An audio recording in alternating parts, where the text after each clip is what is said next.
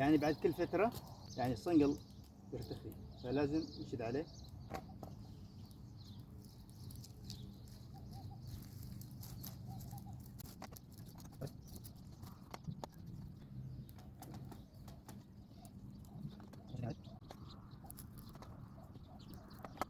طبعا بطلع اساس ان السفتي كمان تأكد.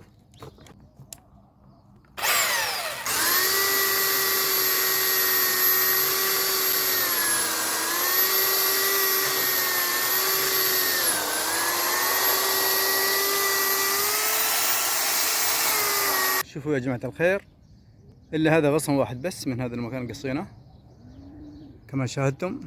هذه النتيجة، هذا الحطب حوالي 10 قطع. يعني حتى هذا الورق يعني بتصل إلى أحد الأصدقاء عنده عزبة حيوانات، فهذا حرام يروح هدرا. شوفوا يا جماعة الخير، الحين بنبدأ بالغصن الثاني. نبدأ من هنا، بسم الله.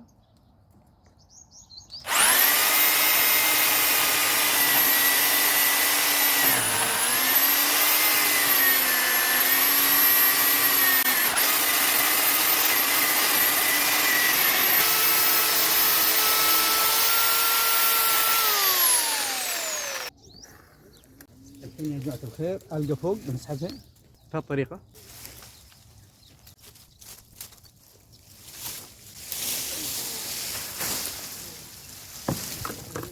شوفوا يا جماعة الخير التحام الغصنين، يعني دائما يحصل هذا.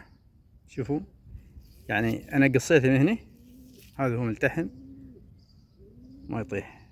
يعني مثل هذا نفس الشيء.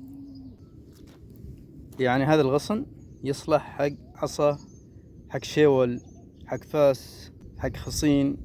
هذا نفس الشيء، يعني نقصها قد ما نبى.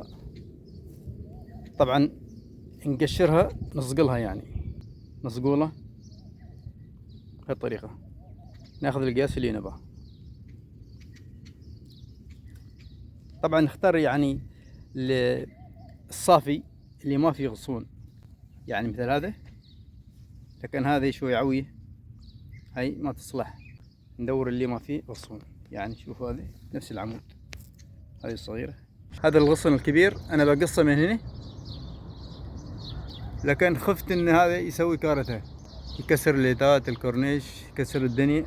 فربطته بالحبل، علقته من هنا، ولما ينقص من هنا بنزله بالحبل بالشوي شوي، على اساس انه ما يخرب علي اي شيء. اعقلها وتوكل. يعني هنا نفس الشيء، في حالة ان ينقص هنا هذا يعني بيرجع لي درب. هذا نفس الشيء. مشكلة ثانية، لازم نربطه من جهتين، الراس الفوقي واللي تحت. الحين ربطناه بهالطريقة من جهتين، من فوق ومن تحت، ونقصه من هنا.